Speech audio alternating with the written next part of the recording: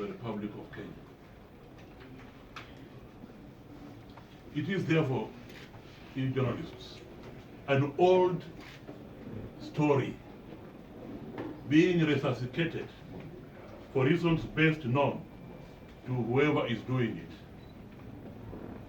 For the time being, timing best known to whoever is doing it. Instead of dealing with the developments in the area of corruption which have occurred in the last 10 years since my last travel ban, they have decided to go into history and flog a dead horse. One therefore must be left to wonder, why should a travel ban be issued when there is already one in place issued 10 years ago based on the same reasons? You investigative journalists, find out why.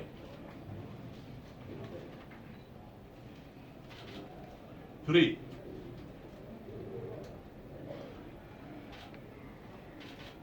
I am against corruption.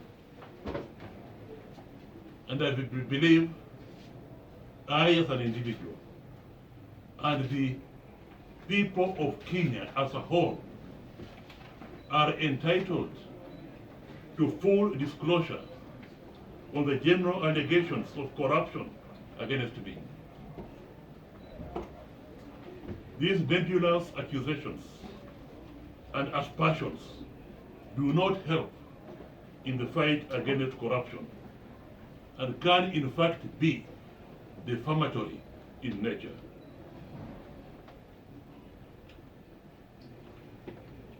And why am I saying this? It's because of the experience I've undergone. As regards the previous travel ban, on my instructions and personal authorization, my attorney, in other words, my advocate, they call them in America attorney, my attorney in Washington, D.C.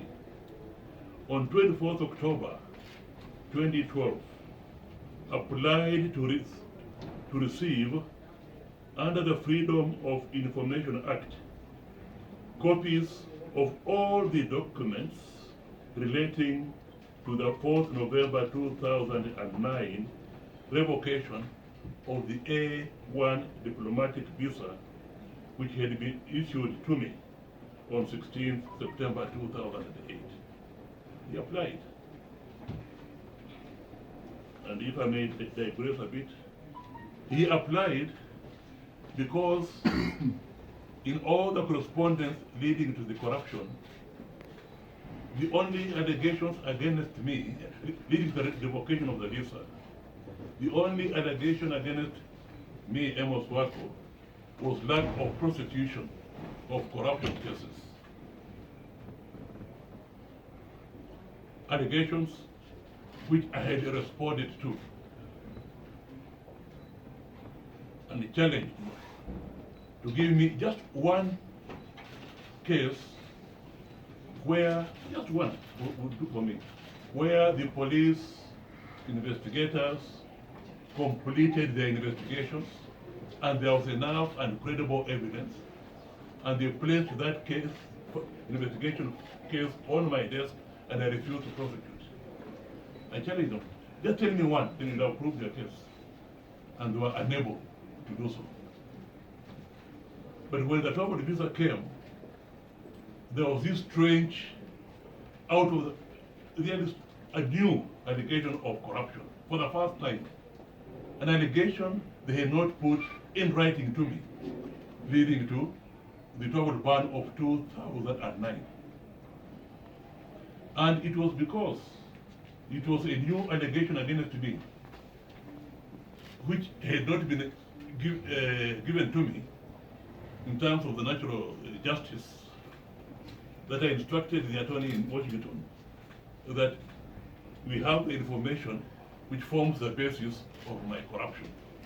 And in America, they have the Freedom of, the Freedom of Information Act.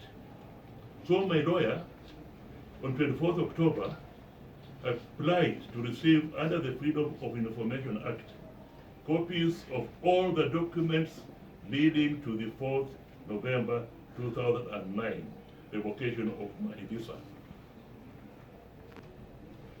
In spite of numerous reminders from my attorney,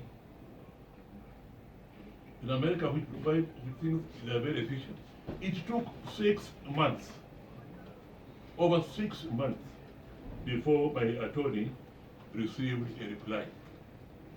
And wonder of the wonders, the reply was to the effect that they are unable to provide any information on our request. And I have the letters and the documentation with me. This therefore leads me, and now they repeat the same thing, this therefore leads me to demand that if indeed the United States of America is a valued and serious partner in the fight against corruption, let them share with me and also make it public for the Kenyans to know the full particulars of the allegations of corruption against me. I must say that I'm confident of my own integrity and have nothing whatsoever to hide. So let them disclose it to the people of Kenya, not in some walls in Washington. To me, failure to do this will put into question their rhetoric about fighting corruption. Number 4,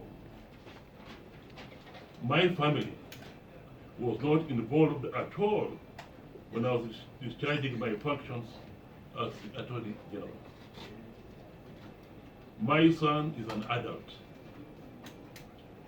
and an excellent and successful legal practitioner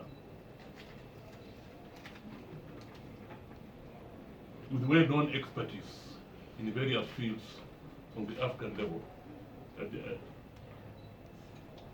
and living a very independent life.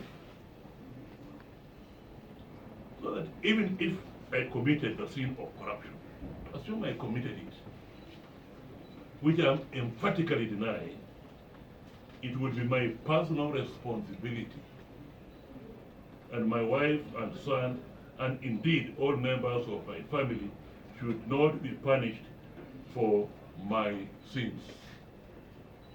I do not pretend to be Jesus to die for other people's sins. I'm just an ordinary Amos Wako. Punish me for my sins, and let my son Julius and my wife Laura at peace, because they have their own lives to live. To me, therefore, the mention of my wife and son was in bad taste. Now, in conclusion, let me, 1, reiterate what I stated in a lengthy statement after the 4th November 2009 travel ban. And there I stated, I am totally indifferent to the revocation of the visa by the United States of America. Indeed, I have no desire whatsoever to go there. But I have been going there every year since that travel ban, but that's because of my responsibilities as a commissioner, United Nations Commissioner of the International Law Commission. And because of the agreement the USA has with the United Nations, those who go there on UN work must go there. And I'm glad I'm in a very good company in that regard, of very good statesmen who, although not liked in areas of human rights violations, are allowed to go and address General Assembly meetings.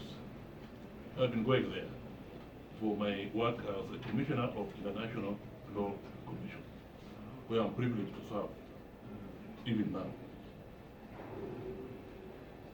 2, to conclude, I am eternally grateful to God, who has continued to bless me even more and enabled me to continue playing important roles in Kenya, in the region, and internationally.